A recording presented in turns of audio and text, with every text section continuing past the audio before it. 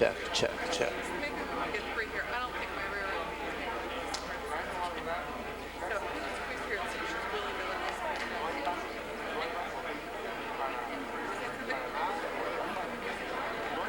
Oh. No, I was going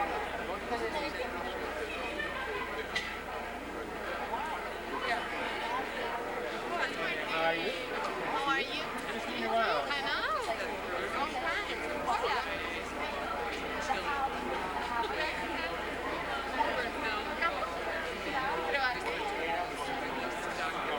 Because my doctor is very, very but I know I can't see.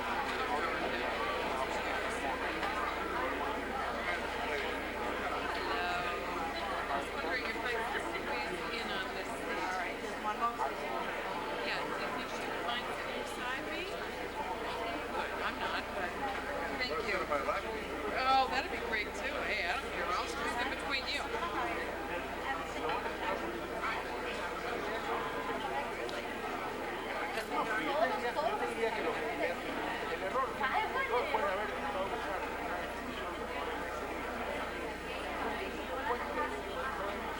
Yo me hago a la izquierda, at the left, ¿no?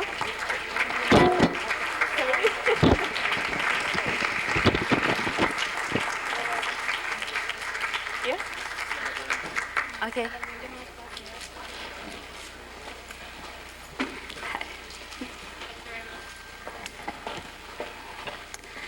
I am Maria Cristina Caballero. I am a student here at the Kennedy School of Government and a Mason Fellow. And in behalf of all the co-sponsoring organizations and the Colombian students from Harvard and MIT, thank you all for being here. A 4-decade-old civil war and more than a decade of narcotic trafficking-inspired terrorism have left Colombia's civil institutions bruised and bloody, seriously undermining Latin America's oldest democracy. Every 20 minutes, a Colombian is killed. Almost 40,000 Colombians have been killed in the last decade. About 1.6 million of Colombia's 40 million people are poverty-stricken refugees or displaced people who have run away from their villages to escape the violence. The civil war is now significantly funded by Colombia's cocaine production, which is 80% of the world's total. The interest of the United States in Colombia's problems is obvious. About 90% of Colombia's cocaine production is bought by US drug addicts. The Colombian Defense Ministry estimates 300 tons of cocaine per year are smuggled from Colombia into the United States. Colombia's two main guerrilla groups, known by the acronyms of their Spanish names, FARC and ELN, and the illegal counter-guerrillas, the AUC, have been declared among the world's most dangerous terrorist organizations by the US State Department. Colombia's capital, Bogota, is a 3-hour flight from Miami and a 6-hour flight from Boston. Now, with the US dedicated to whipping out global terrorism and Colombian presidential elections set for May 26, the US and the international community are debating the most effective and constructive role to play in Colombia. That's why we are having this panel discussion today. Colombia struggling against terrorism, working toward peace. Thanks to Dean Nye, we are bringing together outstanding leaders and officials for a frank discussion about Colombia's problems and the proper or more effective role of the United States and the international community in solving them. Indeed, we have here an amazing group of speakers today, mainly thanks to the support of Dean Joseph Nye, as I said. Dean Nye doesn't need any introduction at all. Being here, we have had the opportunity to witness his amazing leadership. Dean Nye points out in his most recent book that the US cannot go alone. He has expressed his concern about the world's development and the enhancement of its security. And Colombia is one of those countries which represents a very complex mix of challenges in every regard. We will briefly mention other professors and centers who have also provided special support toward the organization of this event. Immediately afterwards, Dean Nye will introduce our main speaker, Father Francisco de Rue, and a group of panelists who came from Colombia, from Washington, and from the Fletcher School of Law and Diplomacy to be with us tonight. This ARCO Forum would have not been possible without the support of the Institute of Politics and the ARCO Forum Office Director and his staff, the Harvard Law School Human Rights Program, the Center for Public Leadership, the Edward Mason Program in Public Policy and Management, the Harvard Project on Justice in Times of Transition, the David Rockefeller Center for Latin American Studies, the Welfare Center for Science and International Affairs, the Weatherhead Center for International Affairs, the Women and Public Policy Program, and the Colloquium of Graduate Students and Scholars at Harvard and MIT. Now, it's my privilege to turn the program over to Dean Nye. Thank you, Maria Cristina.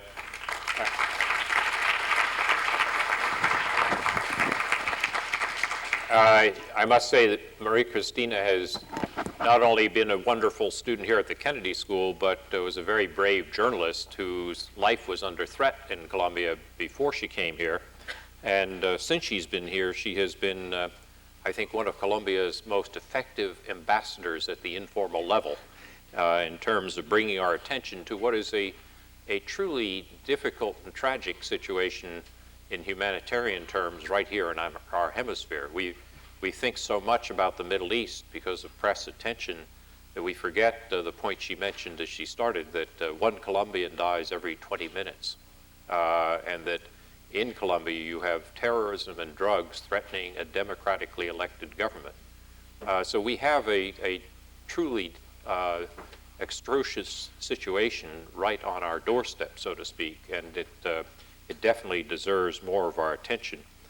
To address it, we are fortunate to have people who actually know a great deal about it. Father Francisco de Rue, just to my left, is winner of the 2001 Colombian National Peace Prize. He comes from one of the most violent regions, Magdalena Medio, in Colombia, right in the heart of the country. And yet, despite that, he has started projects in 29 municipalities, building schools, promoting businesses, and planning. He started 90 small development projects with average investment of $30,000 to $50,000. And after evaluating the results, the World Bank told him that it was the most effective development program they've ever seen in Colombia. And they have agreed to support it. And not only that, but the European Union has just approved $30 million to support a lab toward peace in Magdalena Medio. He's done this under extremely adverse circumstances. 10 of his employees have been killed by the factions. 4 of them have been kidnapped. Almost all of them have been threatened. Nonetheless, he has managed to persevere under these conditions. We also have on the panel to his left, Andres Campas, who's director of the UN High Commissioner for Human Rights in Colombia, and he's lived there over the past 3 years dealing with one of the worst humanitarian crises we face. To his left, Ellen Lutz, Executive Director of the Center for Conflict Resolution at the Fletcher School of Law and Diplomacy, our near neighbor and close friend, and she has been working on efforts to develop new ideas to solve the Colombian crisis, which we may address this evening. To her left, James Mack is the Deputy Secretary of State for International Narcotics and Law Enforcement Affairs, and as everyone knows, the State Department has been certainly deeply involved in trying to sort through some of the problems that are involved in Colombia. And I have to his left Alejandro Santos, who's director of Semana, which is Colombia's main weekly news magazine. I don't know whether it's Time or Newsweek or maybe both wrapped together. But just as a symptom of the extreme polarization that's going on and the risks that every journalist faces in Colombia, more than 55 journalists have been killed in the past decade in Colombia. And finally, last but not least, is Mark Snyder, anchoring the other end of the panel, who's Senior Vice President of the International Crisis Group, a group that has just brought out a very interesting new report, Colombia's Elusive Quest for Peace, at the end of March. And Mark was a director of the Peace Corps and former assistant administrator for Latin America and the Caribbean at USAID. His IGC, or ICG rather, International Crisis Group, opened an office in Colombia last year. So as you can see, we have a group of people very knowledgeable about the issue. And let me start with asking questions of Father Deroux, which is, how is it possible to advance development projects designed to create a new climate, a new situation in a region like Magdalena Medio when the conditions are so adverse, when your own workers are being killed? How is it possible to do this? Thank you, Dean Knight, for giving us the opportunity to discuss about Colombia here. And thank you to all of us who have sponsored the discussion about the situation in Colombia. Yes, as you said, I came here from Barranca Bermeja, a city who is in the north part of Colombia. This is a territory, the Magdalena Medio, of about 30,000 square kilometers. There we have all the groups which are fighting in Colombia, the FARC, the ELN, and the paramilitary groups. And we decided to start there a program for development and the construction of the peace. We think that we in Colombia, we are the only country in this continent that entered the 21st century without having solved the problem of creating a national community. We have a territory, but we don't have a nation. We have cities, important cities, where we have a state acting in our institutions. But when you go away from the big cities of Colombia, big relevant cities, you enter a vacuum of institutions we have to deal with. We decided that we don't have to wait for the peace process to be ended in order to start demonstrating that it is possible. You trust people to start working with them. Basically, it was for us a moral issue, a conscience choice to trust people and to start producing with them. First, a region, and inviting all other Colombians to start doing the same thing in other regions. Now, 12 regions in Colombia are trying to act in the same way.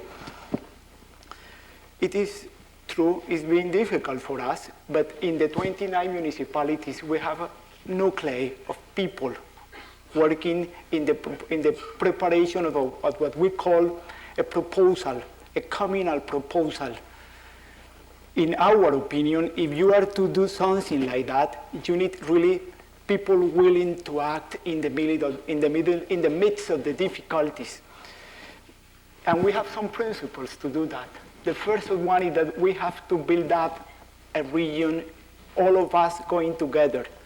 So we invite the politicians, we invite the landowners, the peasants, the trade unionists, the government, the United Nations organization, the World Bank, the Colombian oil company, even the American companies coming there, the Westinghouse enterprise. But we try to be very serious when we say that we have to go all of us together.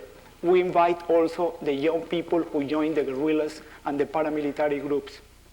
The second principle is that in order to go together, all of us, we have to change. So we invite the politicians to stop their corruption, the military, the army, to stop violating human rights, the paramilitaries, the AUC, to stop producing massacres, the guerrillas to stop kidnapping, and so on. The church, the press people, the United Nations people, our government, we have to change if there will be a possibility for all of us, not only in the Magdalena Medio, but also in Colombia. And we keep maintaining conversation with everybody. One of my my most important task is to maintain conversation with the FARC people, the ELN people, the paramilitary groups. And we have developed a sort of method to do that. You know, in a place like that, it is very important for actors who are in the struggle, in the armed struggle, to be recognized, because they are acting in the region. But when we face them, we try to be very, very specific with them. We disagree with their method. We recognize that probably they have a conscious option for doing what they are doing. They think that this is the only way they have to transform Colombia. And we say, what we are doing because we have the conviction that this is the best way to act in order to get a national community of ours. This is the way we have started several projects. We started with projects for $50,000. We have now about 10 projects of more than $1 million. We have given the support of the Colombian government by the Fund for Peace in our country. And as you said, also the support from the European Union. Last year, in December, when I received the Peace Prize, this is always very difficult to receive a Peace Prize in a situation like this. But I invited the families, the kids, whose parents had been killed there in the Magdalena Medio.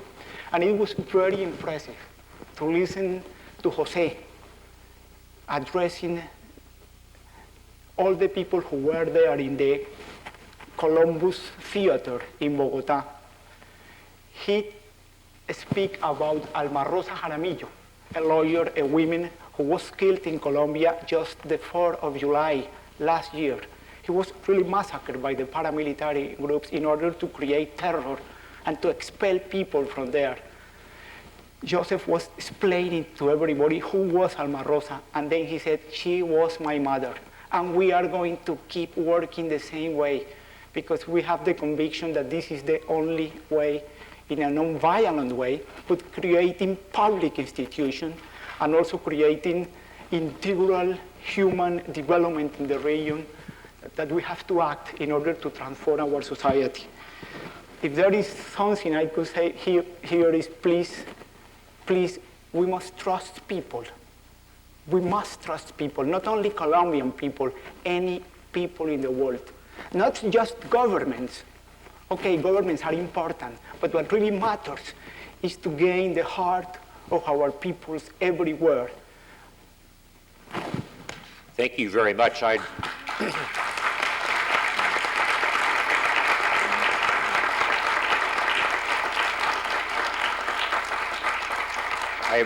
I'm going to come back to you with another question, but let me first involve more members of the panel.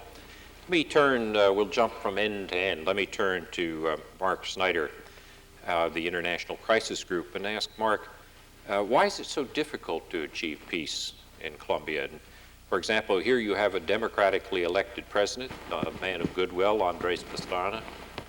He's made I think, a significant effort to negotiate with the main guerrilla groups, and yet the negotiations have failed. Why? Unfortunately, I think what our analysis showed was that one of the real problems is that in Colombia, both insurgent groups on the left as well as the paramilitary on the right are different from, let's say, the guerrilla groups and their enemies in the 80s during the Cold War. And the major difference really is the intertwining of the drug trafficking into the conflict in Colombia in a way that has distorted the entire process. The last figures that we've heard is that 70% of the income of the paramilitary comes from drugs. A significant amount of the income for the FARC comes from drugs. And the level of income and the level of violence that relates to protecting territory, fighting with each other over land and over power makes it even harder to bring about a normal process to a positive conclusion.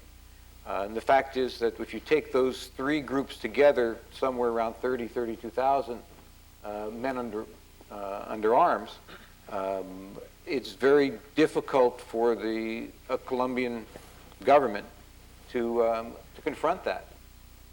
Currently, the negotiations with the ELN seem to be moving in a much more positive direction in Cuba. One of the assumptions of the one reason is that the ELN has been severely damaged by, in military terms, both by the military, the Colombian military, and by the FARC, and by the paramilitary. And so they're facing a very, very difficult decision about whether or not to reach an agreement, ceasefire, and hopefully a political settlement, or face further military defeats. The FARC, on the other hand, has grown over the past 4 years, along with the paramilitary. Paramilitary probably has grown faster over the past 4 or 5 years than anyone. And that's I mean, all three of these groups represent a threat to democratic institutions. It's not a question of the ones on the left do, the ones on the right don't. They all three. And in some ways, the paramilitary represents the greatest threat, both because the level of human rights violations and violations of humanitarian law that they engage in, they're clearly responsible for a majority of the massacres that take place. But also because their linkages with the military undermine the legitimacy of the state. And so a country that's attempting to survive against this threat and to carry out a negotiation first has to get to the point where all of the groups that you're attempting to negotiate a settlement with feel that they have an option which is a political settlement, and they don't have a military option. Right now, too many of them think they have a military option. Alejandro Santos is a leading journalist in Colombia. Do you agree with what Mark said? Does there have to be more war before there can be peace? In other words, as I understand it, the leading candidate in the polls for the presidency in Colombia, Uribe, has argued that he will be tougher. Does that mean more war before more peace? Thank you, Professor Nye. I think that's the cruel future we are facing. There is a dilemma in Colombia where Colombians thought with the peace process there will be an illusion. And right now I think that behind the peace negotiation there is a problem that is not solved. And that is how a government and a society is going to negotiate a part of the power with an armed groups that are not that don't have legitimacy and popular support. And this is a key question: who is in front or who is in the other side of the table? Which Colombians are represented by them? And that is very different from the situation of El Salvador, where the Salvadorian guerrilla represented 30% of the peasants of El Salvador, or Nicaragua, or even Cuba. Here, the problem of legitimacy and popular support is a key issue of the negotiation. I think this deep problem that runs behind the negotiation is not solved, and that is why the only way that the society and the state is to prove to the guerrilla, to the FARC and to the ELN, that the politics are more profitable than the arms. And to do that, I think the only way at this point, after 3 years of negotiation that didn't advance, why they didn't advance? I think in one way because the lack of strategy of the Colombian government, and in the other side, the the arrogance or the military arrogance of the FARC. To make an example, Joaquin Villalobos, the former commander of the Salvadorian guerrilla, said that the dilemma was that the Colombian government developed the negotiation as a strategy and the military combat as a tactic. And the FARC did exactly the opposite. No, and this is how it's not a problem where the FARC have political will to negotiate. That's not the real problem. And he says that it's probably not the goodwill or good intention of the government. In a negotiation, the real problem is the interest and the correlation of forces. And that is why we cannot see the problem of with a victory or military victory of the government or an abdication of the guerrillas, but a military pressure from the government for exert on or to look at political negotiation. So I think the next 2 years, I hope less, it will be a very hard time for Colombia and the use of force. Let me jump to the other end again, to Anders Compass, and recall for you a saying of Winston Churchill. He said that jaw is better than war. But what we've just heard is that without a certain amount of war, there's not going to be jaw. If you're representing the United Nations, you're not in the war business. How do you protect human rights in that circumstance over the next 2 years? I think that is not only our biggest concern. I think this should be the biggest concern in Colombia and for the international community today. How we can help the Colombians to protect the most basic human rights, like the right to live and right for personal integrity. And so for parallel to these other discussions, that I think that is really the biggest concern is how we can create a stronger commitment, not only from the Colombian leadership, but also from the Colombian society. And here, of course, what Father Francisco is doing is absolutely marvelous. I fully identify myself with his work. And that is to create an awareness of that there is a need for the Colombian society with our leadership to take a clear stand in what direction they want to go as a country. Do they want to go through these difficulties to strengthen what we could call, in one word, democracy, or with what that means in terms of respect for human rights, economic and social reforms, having a state that is worth the name, or is this just another period in the Colombian very tragic history that it's a question of how we're going to deal with what is this time is called different groups of insurgencies, and then go out, continue living as always, doing business as always. And I think in that sense, Colombia is really at the crossroad. James Mack, you are certainly in the center of U.S. policy on this issue, and we know that the Congress is now pressing forward and has legislation before it to allow American assistance to the Colombian military to be used for a democratic government to protect itself against adversaries which are financed by drug money. And so the war part of it is clearly on the agenda. How do we protect human rights and balance our policy when we're dealing with such difficult situations? Well, it is a very difficult situation.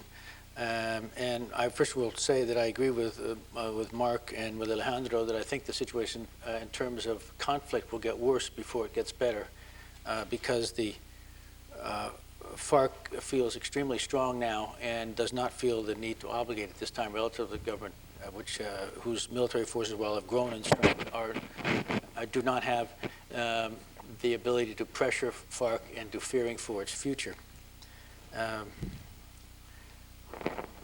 Human rights is at the center of U.S. foreign policy to Colombia. While we put enormous amount of money into fighting narcotics, we have also put a lot of money, institution building, support into developing state institutions, justice system, investigation capability, strengthening non-government organizations that will help Colombia escape from this background of impunity which seems to imbue life in Colombia these days, that no one ever gets brought to justice for any crime. And until people feel that there is justice, or there can be justice through legal means, they will take the law in their own hands. That is one reason why the paramilitaries have gained so much support. The state needs to reassert its control. It needs to grow in strength. It needs to strengthen local governments. It needs to strengthen its judicial authority. It needs to make people feel safer. And this is going to take some time. It's going to take some sacrifice on the part of the Colombians in terms of more taxes. More Colombian men and women are going to have to join the armed forces and the police force. But without that, you were going to have these illegal armed actors constantly challenging government authority and wreaking havoc on the human rights of the people of Colombia. Ellen Lutz, you have recently met with a number of Colombia leaders informally discussing these issues. Tell us what they told you. Well, the Center for Human Rights and Conflict Resolution up at the Fletcher School recently held a meeting. Some of the members of this panel participated to really explore from the conflict resolution perspective and from the conflict and from the human rights perspective jointly how we might improve the situation in Colombia and work together better to put pressure to achieve both peace and human rights in Colombia. Generally, speaking in the abstract, human rights practitioners and those working to end conflict have a tendency to clash in settings of conflict. The human rights focus tends to be on investigation and advocacy, and the output of that, what some might call naming and shaming, very much can embarrass the very people that the conflict resolution actors are negotiating with to try to bring about a peace. So the sort of classic expectation is that there's going to be a divergence of views and tension between these perspectives. I think the most extraordinary thing that came out of this meeting, where from the non-governmental and intergovernmental sectors, both sides were well represented, was the consensus. And the consensus in that room reflected, I think, particularly the concerns Anders and Father Francisco raised earlier. First, that human rights is at core what we need to be worried about, regardless of whether we have a short-term peace process or a long-term peace process, that there's been far too much death, far too much dislocation of people, far too much fear, far too much human insecurity in Colombia, and that this is not a condition in which effective peace and a life beyond a peace process can exist. And this is something that the world needs to pay much more heightened attention to. The other piece that people agreed about very strongly was that the conflict has been going on in various manifestations, at least for the past 20 years, certainly the last 2 decades. Colombia's presidents have sequentially addressed conflict as one of their highest priorities of policy. And the sense was that it's time to do what Father Francisco is doing with respect to Colombia, to look beyond the immediacy of the peace resolution and to think about what Colombia, a peaceful, equitable, just Colombia, should look like. And that process, by definition, must come from the ground up. And I think those were the consensus points of a very diverse group of people, and it was one that I think bodes some optimism for Colombia's future, since many of them are key actors in Colombia. That brings us back to you, Father Francisco, which is, we've heard a description of the problems of Colombia overall.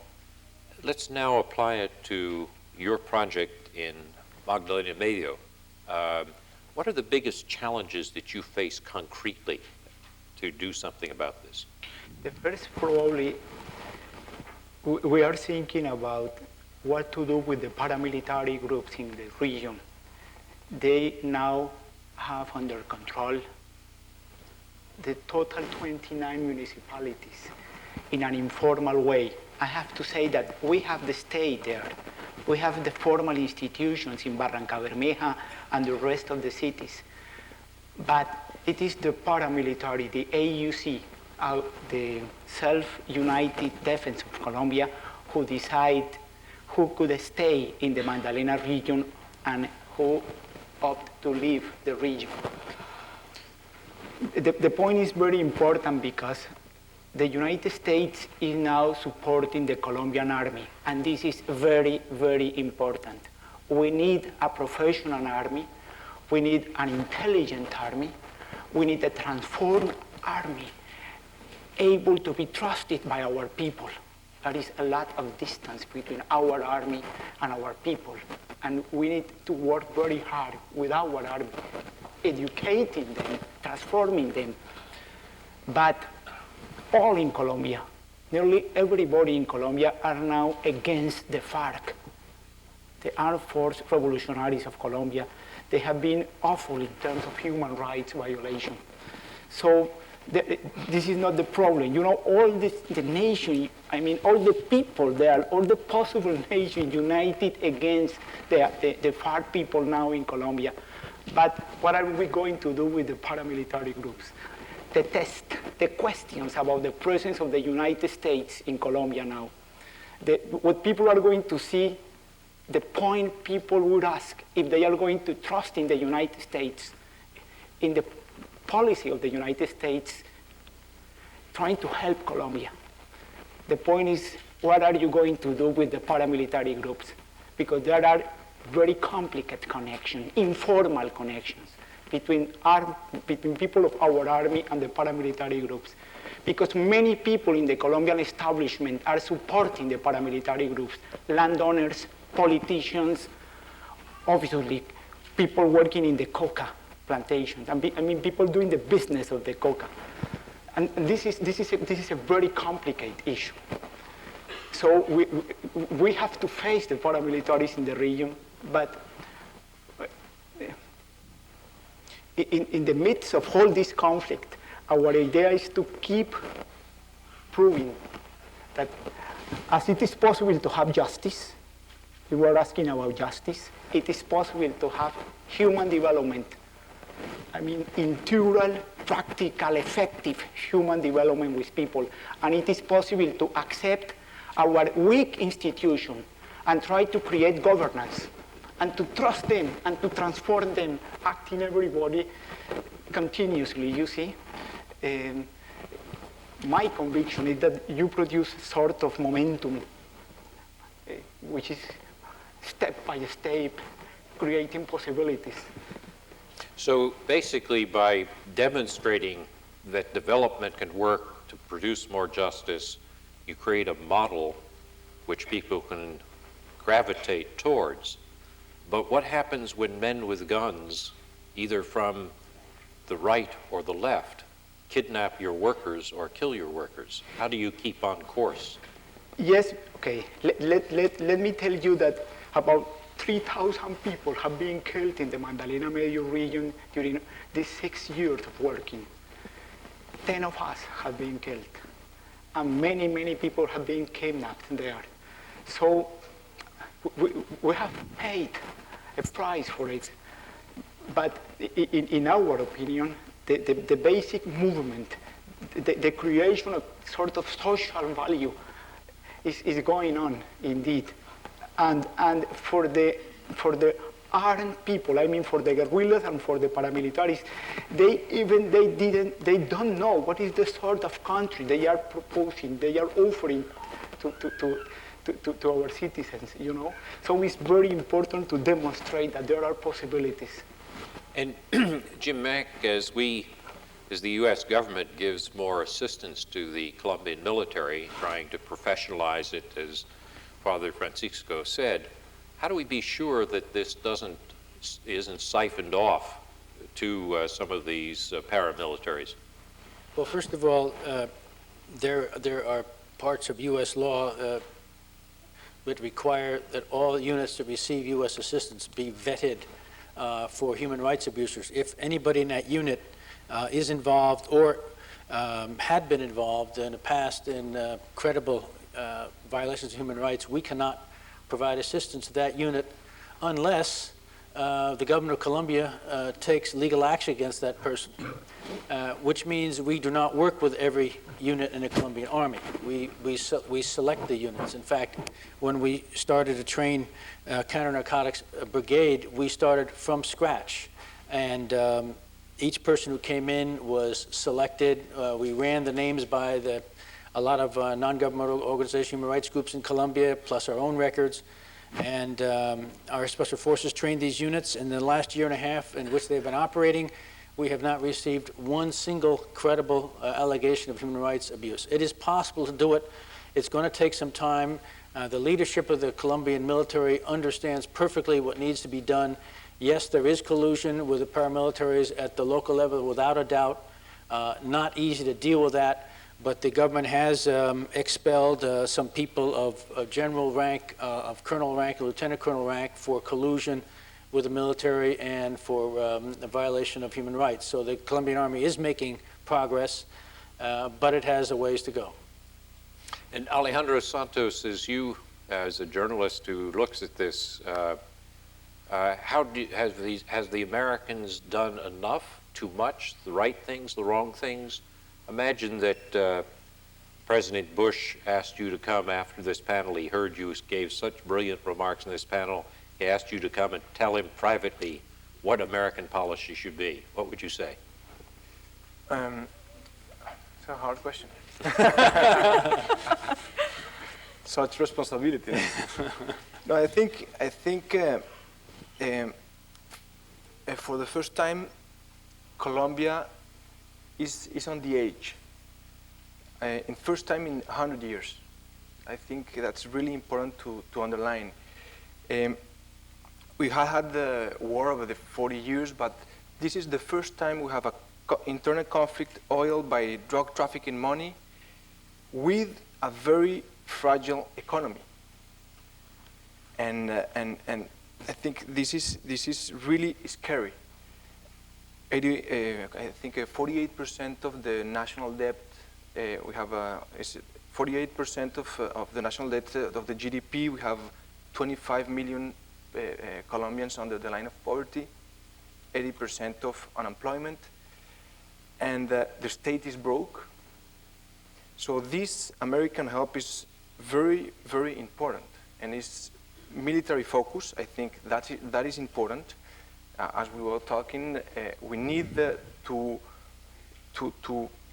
help our militaries in different sort of ways. The problem in this front is not only more soldiers and helicopters, but a different strategy against the new war we are facing with terrorism. I think the intelligence is very important. I think to fight the financial operation of the illegal groups are very important. And I think this problem of justice, of how to improve the penitentiary system, for example, it's very important. These three fronts of the war, I think they are even more important than to have more helicopters. And I don't see a fine strategy in this sense. But what I was trying to underline is how behind the war we are facing in Colombia, we have a very fragile economy. And I don't know how to raise more taxes with this social situation. I don't know how we can face this problem, because it's very scary to have a new Argentinian crisis in a country with internal conflict, with these social problems, with the drug trafficking. And the next year, we are talking the short term is crucial. We have a pensional reform that is crucial for our economy. And it needs to pass to the Congress this year. And if this year this pensional reform didn't pass,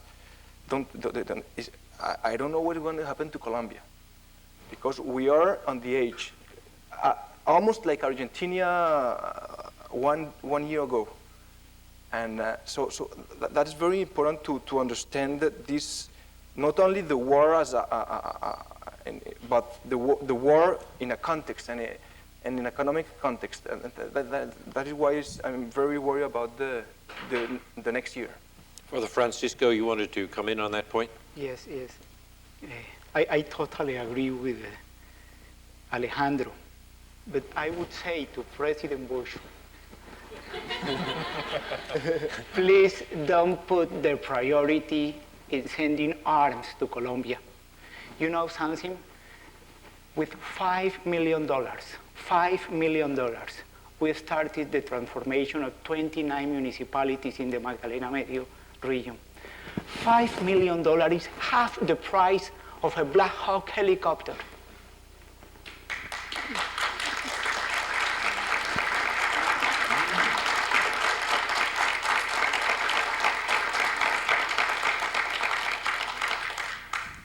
Something similar I could say about spraying the coca plantation, especially in the Magdalena Medio area.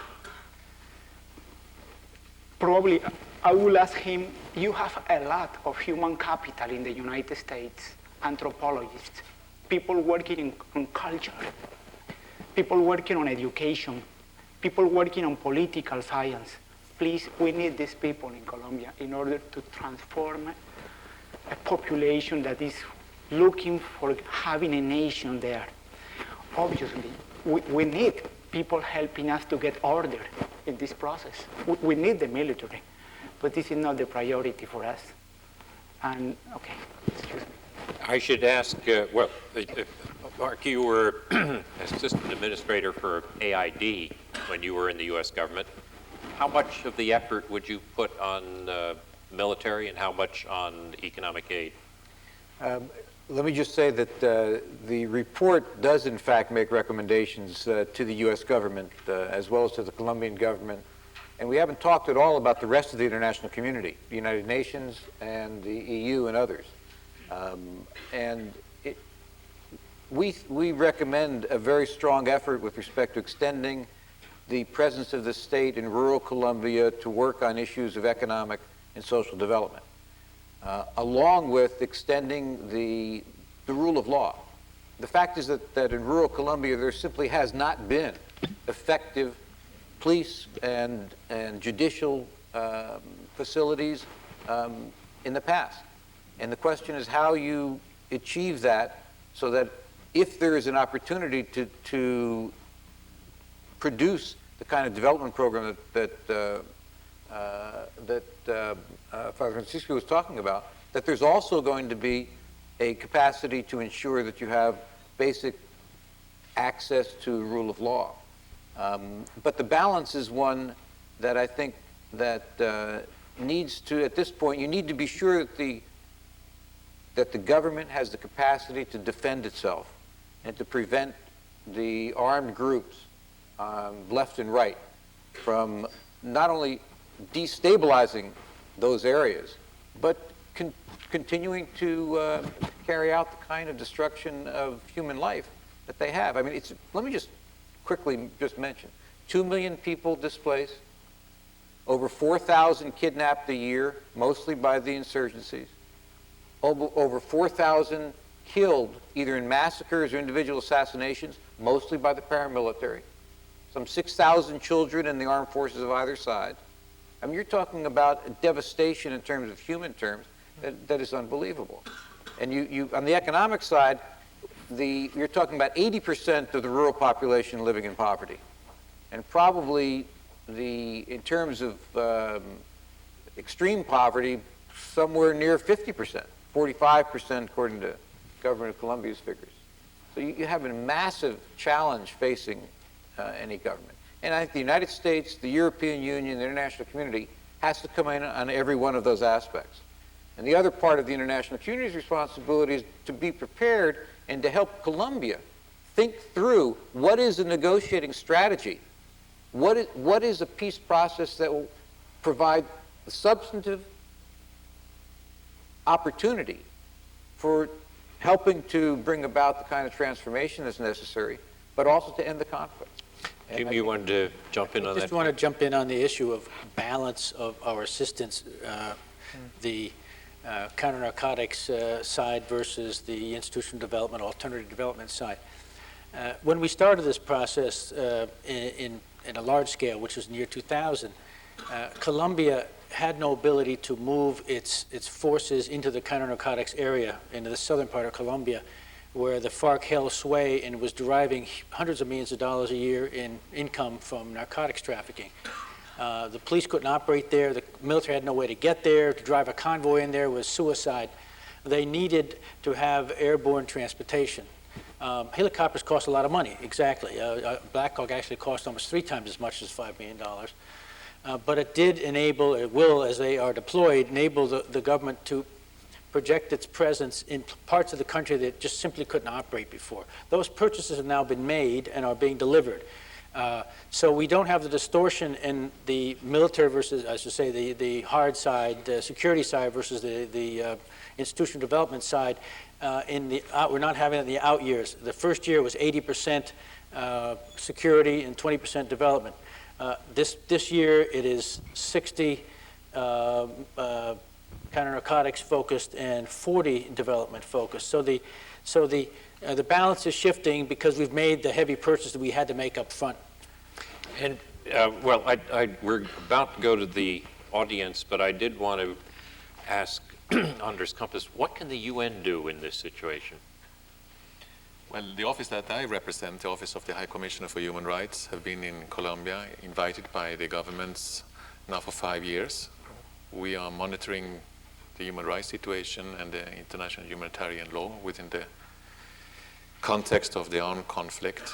As everyone knows, the situation have gone from bad to worse during these 5 years.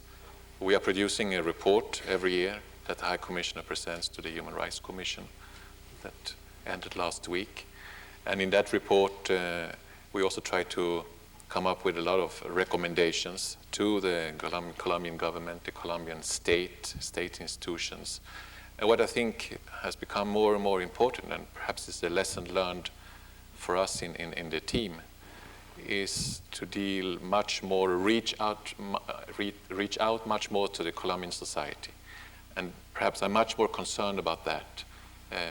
I think we have learned, and this is, I think, seems to be a common knowledge within the Colombians and among us in the international community that have had to learn a lot about Colombia during the last years, that the state is weak and is diminishing its presence. There is very little capacity, really, from the state to fulfill its functions. And then the question is, how do the rest of the society, with its leadership, of both not only political but also business leadership, leadership in the civil society, react towards that situation?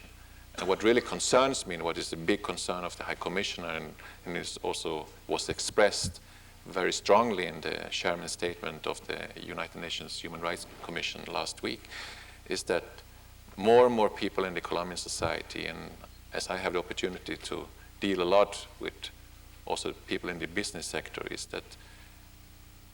that more and more they what we are talking about here, they know that, but their biggest concern is how they are going to be able to protect themselves from the guerrillas, and how they're going to be able to get rid of the guerrillas. But the other side of this problem of the humanitarian crisis, of what the paramilitaries are doing and representing, and what they represent as a threat for the future, and what they are sowing as new violence and new resentment in the Colombian society. And then talking about the economic and social issues is almost never there when you talk to them. And that is really scaring. Sometimes I feel like you are sitting with people that are going through all these stages that you go through when you have a personal crisis. And unfortunately, many of these people that should be the leaders of this society in this very painful situation seems to be in the first stages of not recognizing there's something is wrong, but not wanting to go through it and asking themselves, watching themselves in the mirror, as I used to say, and what do I do to have to, what is my responsibility for this situation. And so they're still in denial or just blaming some thousands of bad men with gun, or us as consumers in the north, and then of course expecting us to or the paramilitaries to give them a quick answer, a quick solution. And I think that is something very painful, very difficult, and I don't think really how we have, if we have managed. I think Francisco in that sense really represent the best hope we can have, is how to interact with the people with this capacity to be with people when they have to face very difficult and painful questions about their own society and on their own way of how to solve problems. Ellen Lutz, your view on what the outside world can do? One thing for sure is that you can't express Colombia's problems in a soundbite. They're much more complex. They're comprehensible, but they're not easy to deal with. So I think one thing is not to pretend that there's an easy answer, like if we simply stop the narco-traffickers or if we simply stop the terrorism, which is the new vocabulary, that we will solve Colombia's problems. And so on all fronts, I think we need to be thinking hard about how to look at a very complex problem and look for very complex solutions, but solutions that can be implemented. This is the time when we switch over to you, the audience. There are microphones here on the floor if you'd like to lay behind them, and there are also two on the balconies to the stairs. Let me ask you to identify yourself and your relationship to the university as you ask your question. And let me also remind you that questions are short and to the point, and that they come one per customer. So we'll start with this microphone here. Hi, my name is Catalina, and I'm an MPA student here at the Kennedy School. Thank you very much for the panel for being here, and Dean Nye for supporting this. All of those who try to move the Colombia issue in Harvard know how hard that can be sometimes. And this is a two-track, sorry, but it's one question. All our students are smart. One is, I look around the room and I think, if we had a show of hands, there's still more Latin Americans, non-Americans here. And although I agree with what the High Commission, what the Commissioner for Human Rights says, that there is a Colombian responsibility. This is a conflict that is fueled by consumption, and it's still very troubling to see that it's hard to get Americans to care about this issue. That's one. And sort of to Dean Nye, what is the school doing? Because on the other thing is there are some members of faculty here today, and this is a very good effort, but there is still nobody at Harvard who is dedicating a third of their time, a half of their time to the Colombian issue. And, I just wondered, what else we could do about that. Well, for my part of it, I think it's a very good point, which is that we need to spend much more effort on this. From the economic point of view, actually, we have some skills. Standing right behind you is a very distinguished professor who is dealing with issues of international development in Latin America. And we also have Andres Velasco. There are a number of members of the Kennedy School faculty who are thinking about the development side of this. The security side of it, we're less skilled on. We have security people, but Colombia has been treated more as it's been less the focus of the security people. And I think the interesting question now is whether these two parts, the economic and the security, will be put together more effectively. But I think your observation is correct that at Harvard and at the Kennedy School, we've not done enough on this issue. But so I think perhaps a forum like this may help to stimulate this. But I should ask Ricardo Hausman Professor Hausman, if you would like to say anything about that. Yeah. I second the move, but since you give me the opportunity, I'd like to pose a question to the panel.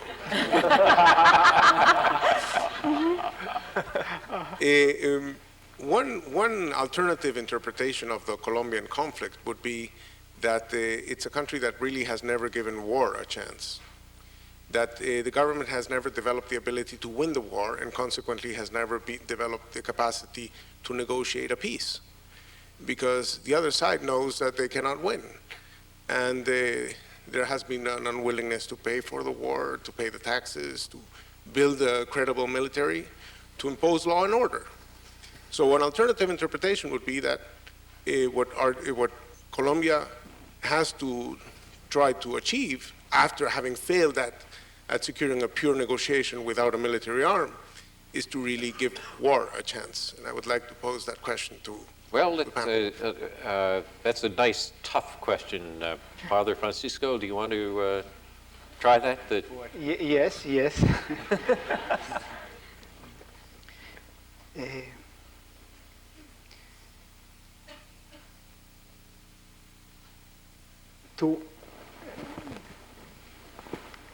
It is very difficult indeed to win a war in Colombia against the Colombian guerrilla, because the sort of geography we have, the mountains and the forest, the distances, we have many geographical difficulties in order to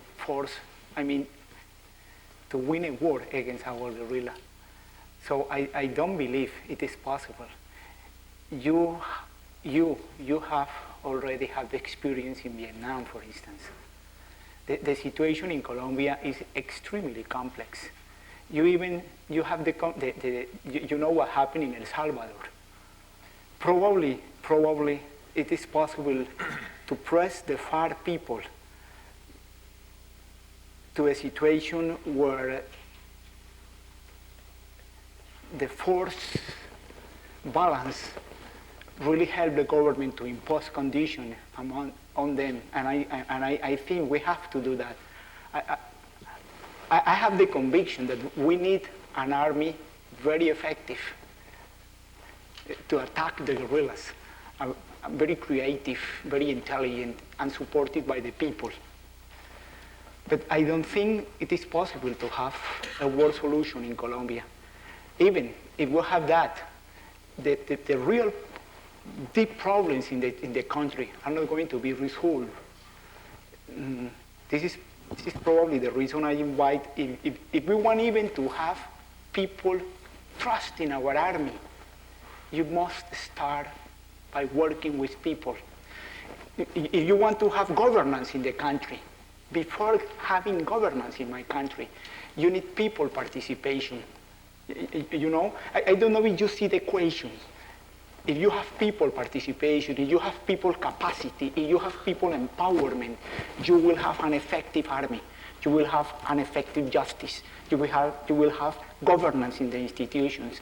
If you, for instance, if you go enhancing and stressing the army without transforming the relationship between people and the army, people will react against the army in Colombia. They don't trust them, and people will probably help the paramilitary group. They trust better in the paramilitary groups in the country. There is something to be done with our people before. Let's add quick replies. First, Anders. Yeah, I recognize the question because I hear it often, and particularly since the peace process between the government and the FARC broke down in February. And I hear it particularly from people in the business sector, as I mentioned before. And I used to ask them, did your military service? Are you sending your sons to the military service? And none of them are doing that. Mark, you had wanted to also... I think that there's two things. This is not a question of an option. In other words, it is not a question of saying, should we engage in a war option? The peace process ended. And now it seems to me the question is what is your policy response in order to prevent military action from the guerrillas and the paramilitary from creating an even worse humanitarian disaster? In that context, I think that Anders' point is essential, that the Colombian society has to demonstrate by increasing taxes, yes, and both allocating more for the kinds of projects that Father Francisco's engaged in, but also allocating more resources to a more effective and professional military. But then it is not for military victory. That's the one thing to be very clear. it could, because I don't think that that's viable. It should be with a strategy aimed at bringing about ultimately a political negotiation and political settlement. I should add that the problem is that, in a sense, the current Pastrana government began the peace process and didn't have, as we've heard, an effective strategy. And now it's been forced, as a result of what's occurred, to engage in a military operation, and still without a real effective strategy. Alejandro, you wanted to also comment here on this question? Yes, very quickly. I think the key question behind to give the war a chance is how well prepared are the armed forces, our armed forces, and because the military said that they don't have sufficient laws to fight the guerrillas. And on the other side, we have some people from the justice they say the laws are there. We don't need more laws. It's a little bit the same debate you are facing the states against terrorism. So we need more laws to fight and to sacrifice some human rights. So I think the key question is how well prepared we are to face this new stage of war that is arriving to the cities through the terrorism, or only with the American help and the Plan Colombia we are going to have what we need. And it's not very clear. And what I think in the next month there will be a new law, a counter-terrorist law, and very tough. That's what I think is coming from here to the end of the year. Let's go to the other microphone on the floor. Hi, my name is Andrea Lawson. I'm a Colombian student in the MPA program. As most of the panelists said, I agree with the fact that our problem in Colombia is not resolving the conflict today. That will not resolve our social inequalities and injustices, but that is our imminent and most urgent thing we have to address.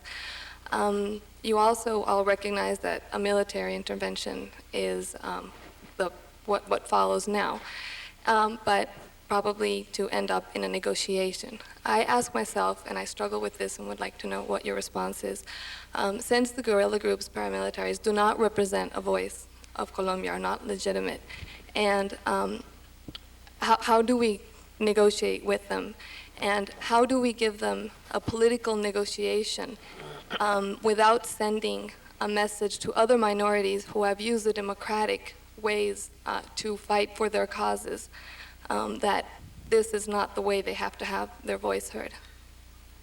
That's a nice, hard question. Ellen, you have a good answer? I think it's always one of the great challenges to decide with whom you're going to talk. When you work in the conflict resolution field, the instinct is we'll talk to anybody who can help, who is a stakeholder, who needs to be at the table, who needs to be heard in order to reach a solution. You work in the human rights field, you step back from that and you say, this is beyond the pale. These people have no legitimacy. They're criminals dressed up as an army and acting like an army, but ultimately they're criminals and they don't belong at anybody's table.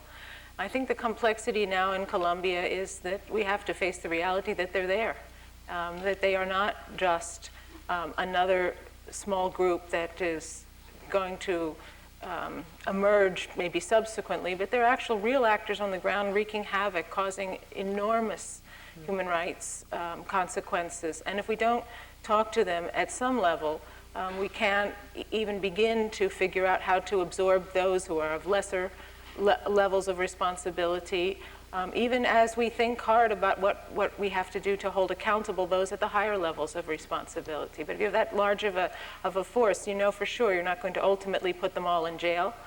Most of them are going to turn back into Colombian citizens in some capacity, and the goal has got to be to find a way to incorporate some process that allows the paramilitaries to dissolve, and because they're going to fight to the death if they think they're going to be sacrificial lambs if they don't. But what message are you sending to other minorities? Sorry, we really we have a lot of people who want to ask questions, and if we allow too much, we're going to never get. Anders, you want a quick point on this, and then we need to go to another question.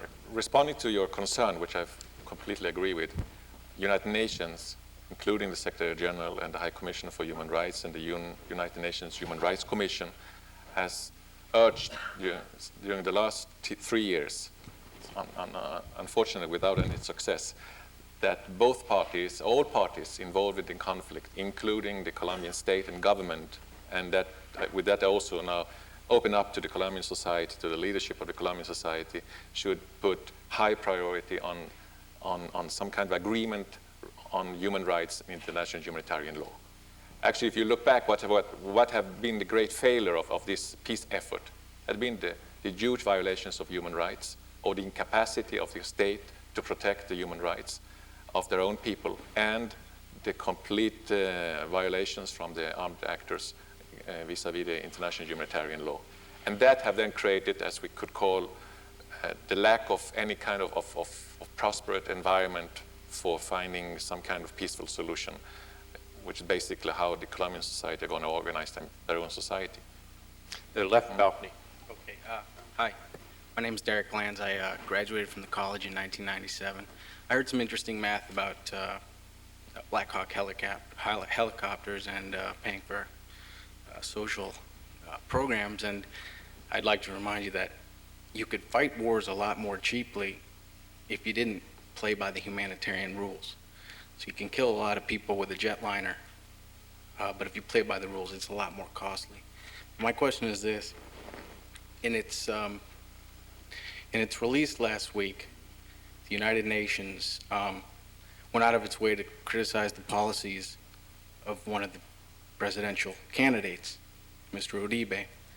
I'm wondering if the United Nations is there, from what I understand, to sort of help sovereign powers, and Colombian public is clearly behind this president right now, and whether, if anyone on the panel reacted to that news, to that criticism, as the UN sort of stepping outside the bounds of its own sort of role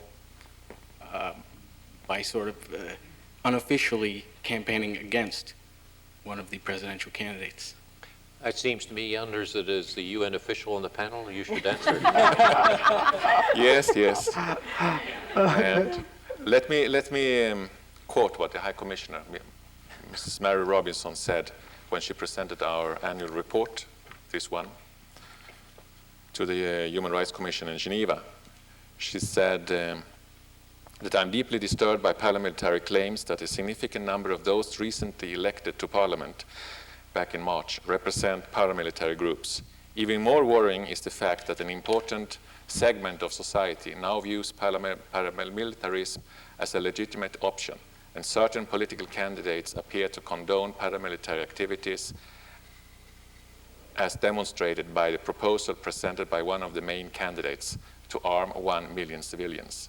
The international community must repudiate any attempt to draw the civilian population into the conflict or any other expression of support for violence. Okay. Now, I think you heard what she said. Whether that's a condemnation of a candidate is a little bit ambiguous. Depends on how you interpret the arming of large numbers of civilians, which is not quite the same as supporting the existing paramilitary. So you'll have to dispute it with him afterwards. So go to the other balcony. Thank you. My name is Aquiles Alvar. I'm a student here at the Kennedy School. We know that the illicit trafficking of drugs from Latin America to the United States is linked to a counter-trafficking of weapons, especially light automatic weapons from the United States to Latin America. And that creates a big security problem for Latin American countries, not only Colombia. Colombia and other Latin American countries tried to negotiate a UN convention against illicit arms trafficking. But last year, Under Secretary of State John Bolton walked away from these negotiations. My question is, the United States wants Latin America to address seriously your security concerns like Al-Qaeda, and I agree with that. Isn't it correct, also right, that the United States also take into consideration our security concerns as we see them, like the illicit trafficking of weapons from the United States to Latin America?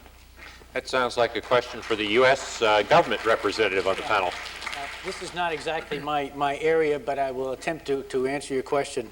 As I understand it, the Undersecretary walked away because he felt that the proposal, this is an international arms agreement, would infringe on the constitutional right to bear arms, and felt that he could not buy onto that. On the other hand, the U.S. has been very active in attempting to identify illegal weapons that are shipped around the world, including from the United States, purchased perhaps even legally in the United States, and then find their way into the gray arms market. And we've been very active in attempting to trace those weapons and to urge other countries to mark their weapons in ways that they can be traced. So we are sympathetic. I would say most of the arms going to the legal armed actors in Colombia are not coming from the United States. They come from other countries. But you put your finger on a serious problem. All right, let's go to this microphone. Hi, I'm a graduate student at the Harvard School of Public Health, and I want to thank you for hosting this. I've noticed that a lot of the attention today has been on military and on Colombia as a country really far away in the our hemisphere. And I was wondering, how could we bring this closer to home? And I was wondering what U.S. citizens could do to make the situation better in Colombia. And possibly would be accountability. The idea that our foreign policies may be affecting Colombia in some way, perhaps like the School of Americas, which is a school in Georgia that trains military to train and torture and kill, and then goes back to their home countries and does what they do. Human rights abuses are numerous. So why do we spend our tax money on a military school that trains and tortures military? And also structural adjustment plans. How are our foreign policies affecting the poverty in a country, and saying the idea of a war on drugs would be a lot more attainable if it was a way to get the poverty to be lowered, to help the humans, just humanity that's in Colombia and in Central and South America. I think that U.S. citizens need to know what our U.S. government does in other countries and what we can do about it to change it. Let's ask our U.S. government representative to describe whether that is an accurate description of our policy, and our former U.S. government official to take a view on it as well. Actually, interesting you should raise the issue of the School of the Americas, which no longer exists. It's the Western Hemisphere Institute for Security Cooperation. Correct. And it still exists. Correct. And I, in fact, went there several months ago and gave a lecture on human rights to the students. The school never did what it was purported to be done by those who wanted it to be abolished. And I can assure you that the curriculum today, and by the way, the school includes civilians, police, as well as military, has enormously strengthened its program on issues dealing with the rule of law and in human rights. In no way does it reflect the description which you've described. And on the economic assistance, or either the school or the economic assistance? I think two things. One is that in terms of U.S. military assistance to Colombia, it's very important, in my view, that the conditions with respect to human rights accountability, which were currently in the law, and the conditions with respect to cutting off assistance, any kind of collusion with the paramilitary, which also were in the law in the 2002 appropriation bill, conditions that were placed there and adopted, that those conditions remain with respect to any future assistance, military assistance, or the requested additional authority to use counter-drug monies for dealing with the insurgency. I think that those conditions go to your point of whether or not in this process there's an effort to, in fact, professionalize the Colombian military in the process. I think it would be a mistake, both for the United States and for Colombia, if those conditions were removed. And the administration does not plan to remove them.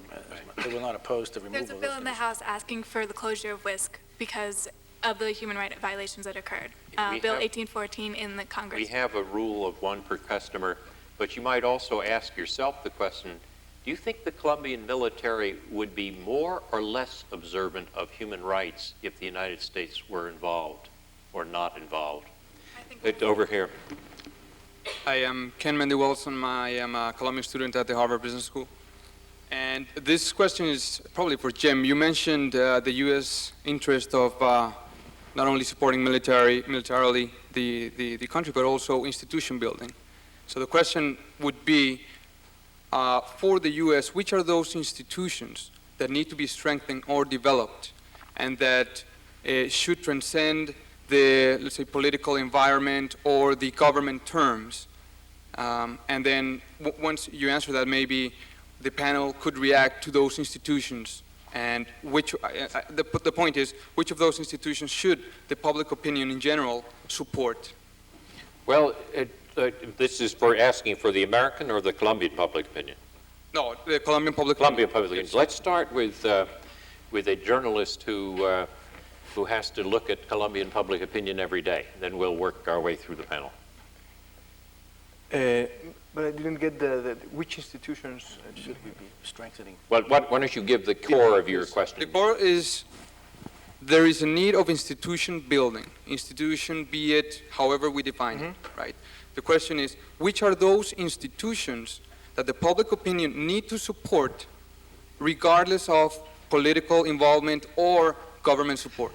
I think the justice is on the central of the conflict in Colombia, and the problem of impunity, where judges are killed, journalists are killed, and where 70% of the homicides in Colombia still in the impunity, and the impunity is the best friend of the war.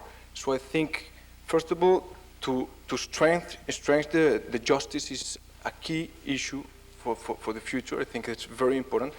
And second, as Father Francisco told, I think to build the regional institutional like the majors, like attorneys, is very, very important. And I think that right now the role of the media is also very, very important to make more transparent the process, to act as a counterpower and to be more accountable.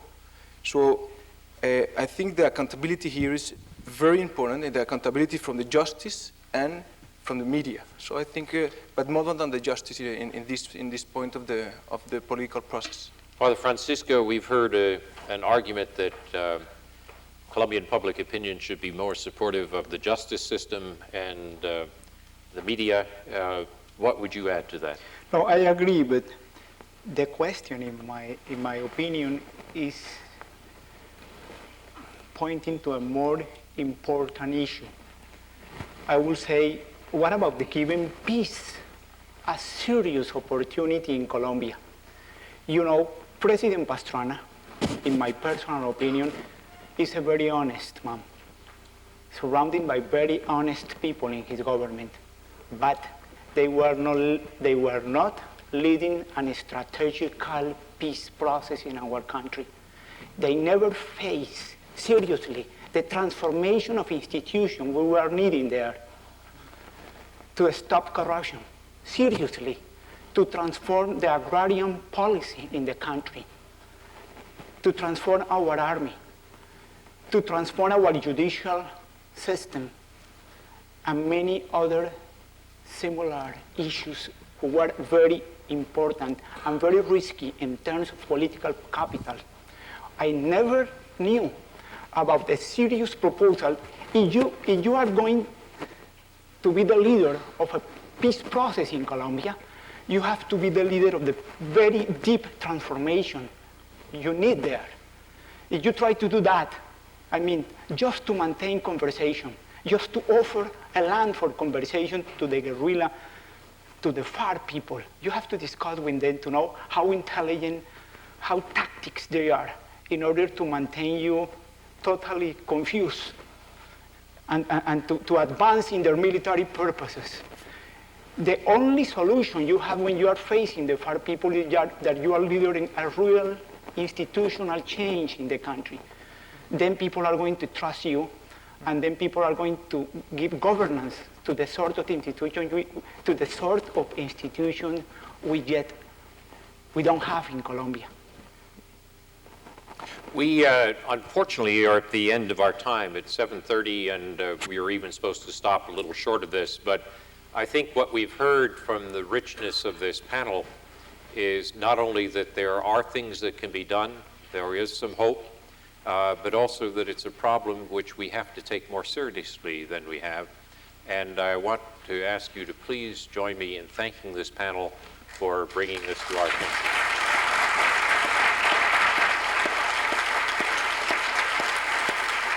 Oh, it's very good. He podido seguir por Very mucho good. tiempo hablando Thank you. sobre eso.